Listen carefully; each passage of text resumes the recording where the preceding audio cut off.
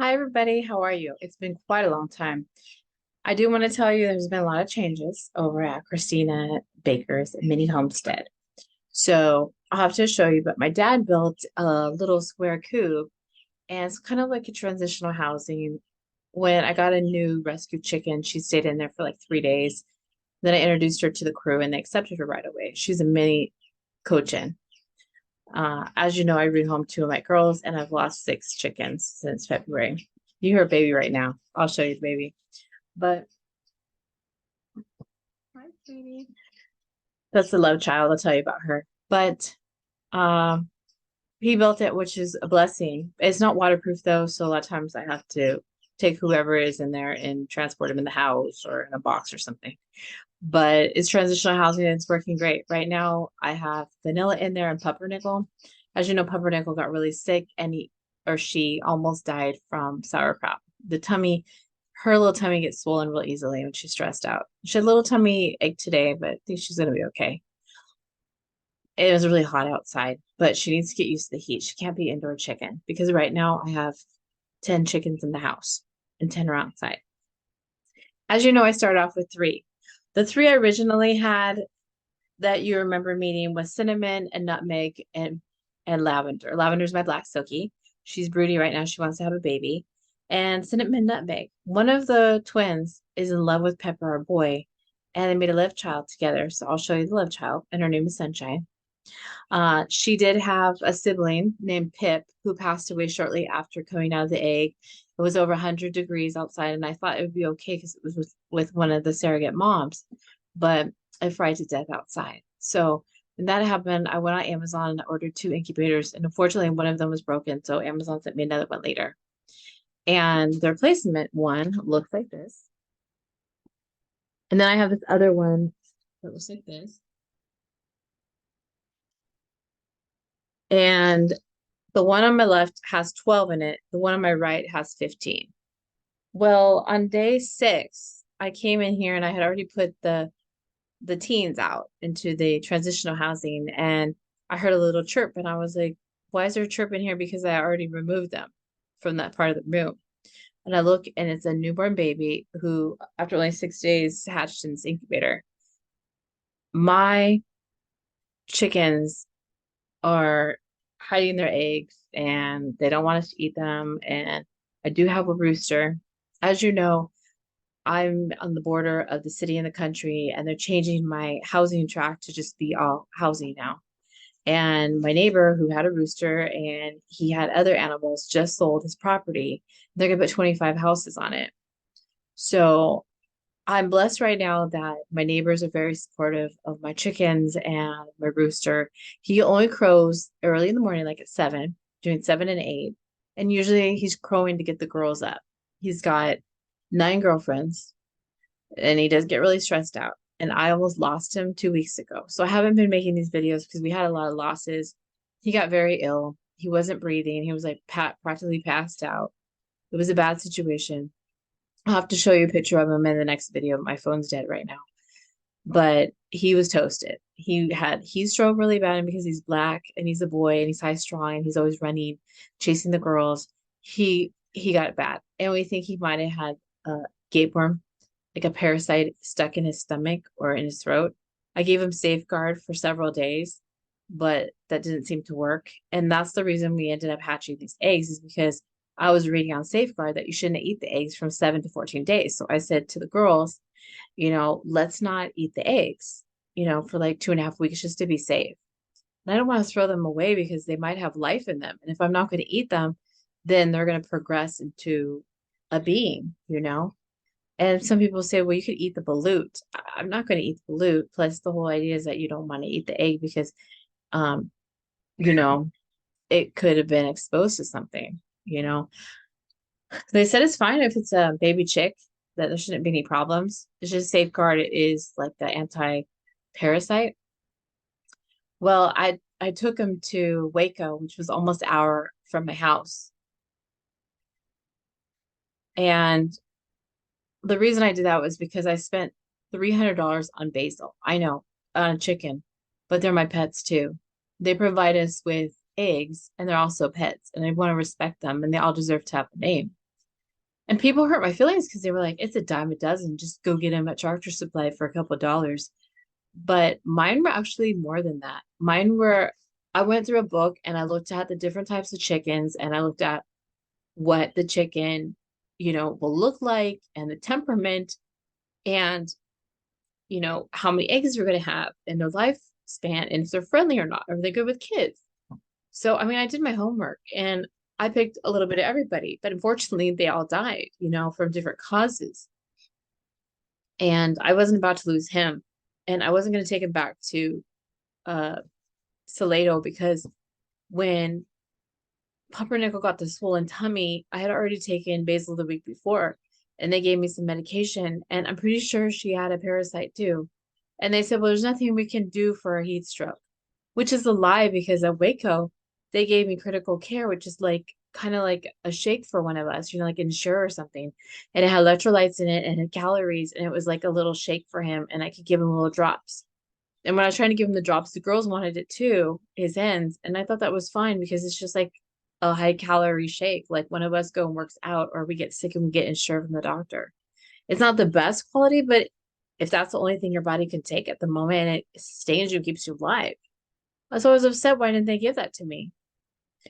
You know, for Pumpernickel, they gave me antifungal, which was fine because she had like some kind of swollenness in her tummy from candida overgrowth because she wasn't eating. And they told me she had 50% chance to live. Basil, they told me I had 50% chance to live. She wanted to live. For 3 weeks, she was suffering. I took her back and they said there's nothing we could do. And I spent another over $200. So I told the vet, whatever it costs, I will pay it. And I'm open to different treatment. So she gave him a shot of ivermectin in his back. I remember he just perked up like, oh no. The little dude is always angry all the time. He's always trying to chase me. And it's like a love-hate relationship with me because he wants me to be one of his hands. Like today, he was chasing me. And then he stopped and he wanted to show me a bug or something he found in the grass. And I had to leave because I need to go do a Zoom class. So he got angry at me because I was leaving and he started to chase me again, right? So that's the whole thing with him is he is such a good boy to these girls. Not that they're bimbos, but they're girls, and they're chatty and they play in the yard and they chase each other and they look for bugs and they're just chilling under the tree sleeping or doing what they do. And we had an incident where there was 8 hawks in the sky and he was like, oh no, and he said something to the girls and they all ran on the porch, or he gets them in the coop, or he gets them under the tree. And one time they were out and I guess there was a hawk and he had them lined up against my wall of my house. They're all lined up single file. I don't know how he did it. Even the red Rhode Islands were there. So one of the red Rhode Islands and him, they have a thing together. I was real quiet. I looked outside and they were doing it, they're animals. But she snuck into the coop one time and she slept in there with everybody. So that was kind of weird. I didn't know that.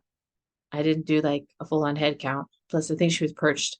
So I didn't see her. I just saw the ones in the nesting box. So they got together and they made a baby, and baby was Pip, and baby passed away. So I got all the rest of the eggs and I brought them in the house, even the ones that were in the squash plant. And like I said, we have a precious little baby who hatched in the mini incubator. But I do want to tell you, I do got some newbies. After Pip passed away, the girls were kind of bummed.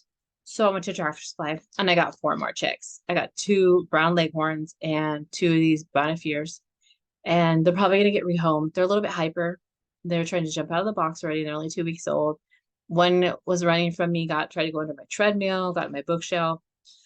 It's not that I don't want them. I just have 10 outside and I know that my neighborhood's changing. And so it was like in the future, I'll probably get snitched on because I might have over my limit for the city, right? Because now my neighborhood's no longer going to be country/city. They just want it to be city. And it's for taxes because taxes are high in Texas. So you look at it like, am I going to have one dude paying taxes for a farm, or can I get 25 people paying taxes? It's all about money. But people don't get it a lot of times because they're not in the same field, or they don't have the same situation. They don't live in the same town. So they can't really relate to me. So some of you are watching this and you're like, I have no idea what you're talking about. And that's okay. I'm happy for you that you don't have the same worries that I have. So just carpe diem and enjoy the moments that you have in your situations if they're good. That's all I got to say. And you just do what you got to do. Just press on. We're only here temporarily. Unfortunately, there's only a couple of things that are fair in the world. There's 24 hours in the day, and then you're gonna die sometime. So that's pretty much it. So my story was that those were the three originals I got, the two red Rhode Islands, lavender, and then I got pepper and dandelion and saffron, the long neck silkies from some lady in College Station back in February. And I got lilac at the beginning of March. She's my white cochin. And then I got pumpernickel and vanilla. And of course, I had honey too, but honey passed away from heat stroke. That was my other rooster. I kept him in the house and he never even got to see outside, which breaks my heart. But I had this theory that I don't want two roosters in the same area because they might fight or they might get really, really loud. And I don't want those kind of problems, especially with my neighbors. Piper, she's a rescue. She lost her whole flock to raccoon. And she's the only little mini cochin. She's gray. She's 2 years old. She still lays eggs. She was at my house for a couple hours in just like my little dog carrier, and she laid an egg in there. I guess she was happy. She was home. Her nails were like gnarly and long. They're like this. She let me bathe her like right away. She had a full on bath with chick shampoo, and then the other time I just rinsed her feet off and I clipped a couple of toenails. So she trusts me, and she likes her new friends. Peony, that's the little baby Sarama that I got from a lady in Georgetown, and her company is Red Truck Farm. They do birds and bees. They do honey, and they do chickens, turkeys, and peacocks. And they're going to be doing goats and sheep next. They have about 8 acres. The other lady, I didn't go to her farm because it was 3 hours from here, and I met her at her work, and that was the bird and bee farm at College Station. Along with Lune, she's the black one, we have Time, and he's a boy, so he's probably going to be rehomed, which breaks my heart. He's a good boy. He'll sit in your lap. He's a little bit feisty, but he'll sit in your lap. He's a good boy. But like I said, I have Pepper, and he's my boy. He's the first boy that came. And then I have Faith. And then the newbies, curry, clove, oregano, Cajun, and then our newbie with sunshine. The ones that passed away was Ginger. She was my 2-month-old buff Oriental. Basil, she was my 3.5-month-old olive Ager. We have Sage.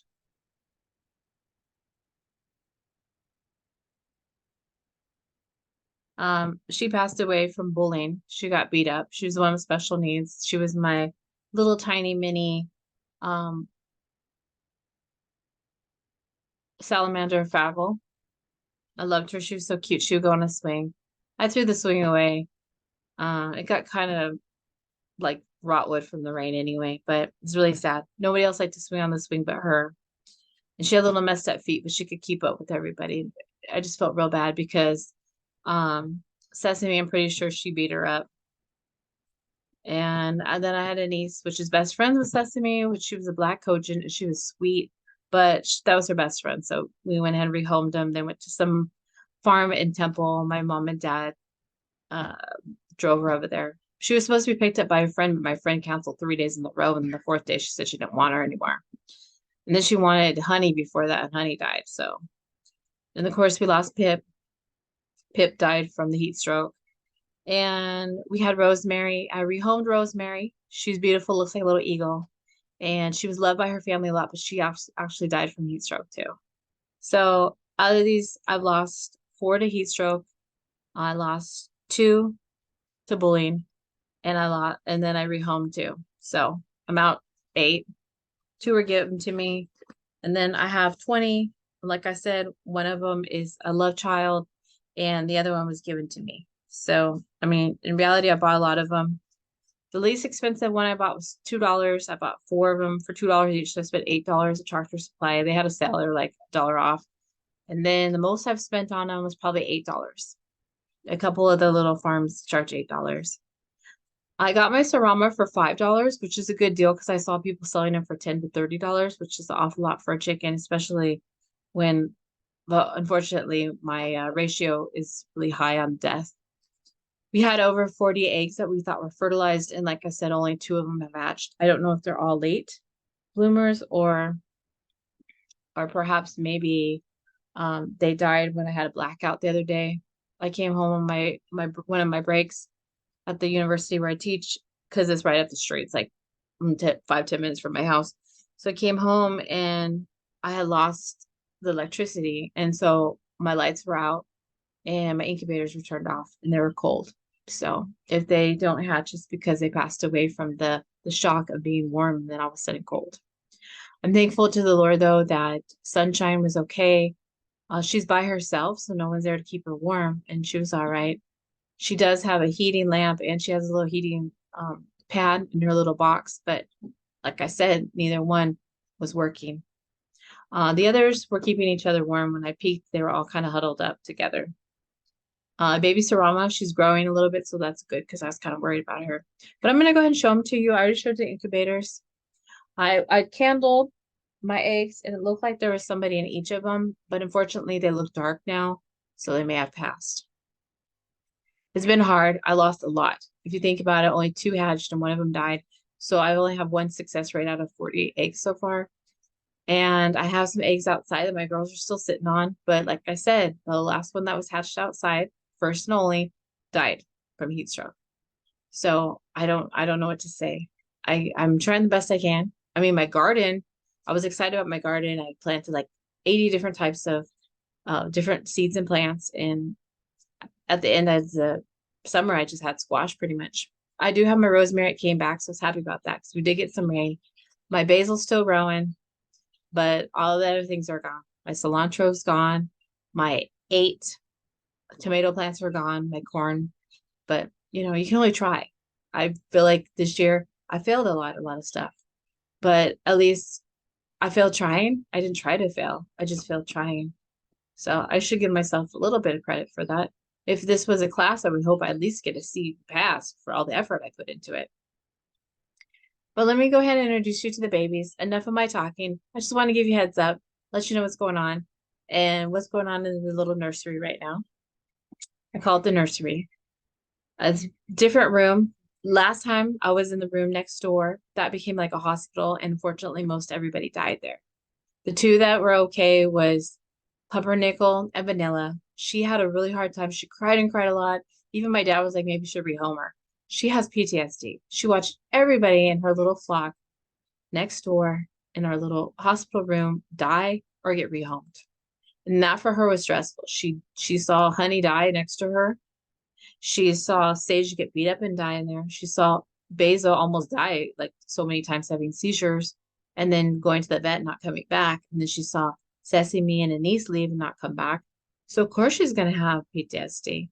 But she's okay. She's in the little transitional house for a week now. We tried so many times. She keeps going back in the house and going out. She wants to be a house chicken, but I told her chickens don't live in the house. My chickens are in the backyard. The cats are in the house. The humans are in the house. The chickens are in the backyard. Her and Pumpernickel want to get the girls' beds. They want to be like a little puppy. And I tell them, you're a chicken. You need to go back outside with everybody else. I know you're really cute because you're a little fluffy, silky, but Lavender's silky too. And she's out there also. And I got the other 3, the long neck silkies, and they're out there too. So you can go out there too. But let me show you the newbies.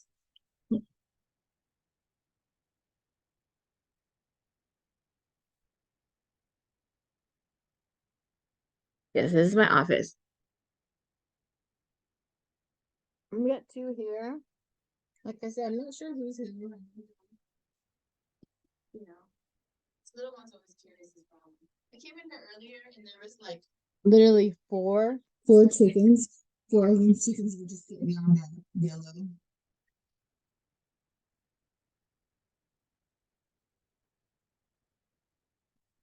They're so big for how old they are. And then right here, these are my long neck silkies.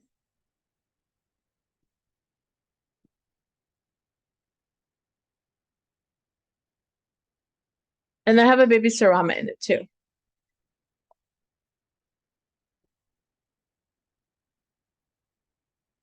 Yes, they have long necks. The Sarama is hiding. She's really small. She's under there. So let me show you my baby.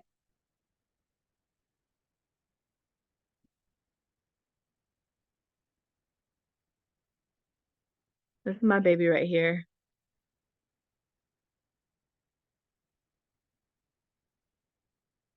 Where's the baby?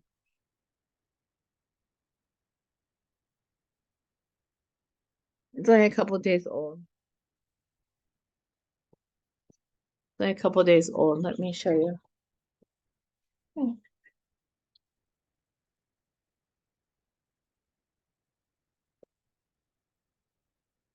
This is half red Rhode Island, half long neck silky. So it's a half red Rhode Island, half or 1/4 Turkin and 1/4 silky. Isn't she pretty? I call it see. The sunshine. Yeah, she's beautiful. Gotta clean her little booty. Yeah, you're so cute. Okay. A little feisty. So that's them.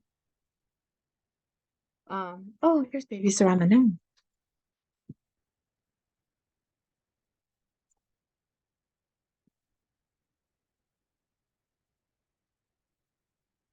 Excuse poo poo in there. I usually clean it once a day, but I didn't clean it today because cats are running around the house. So excuse poo poo. It'll be cleaned in the morning. Plus the girls went to bed. I don't want any loud noises. But yeah. So the gray one, like I told you, is the boy, and he's very protective of his girls.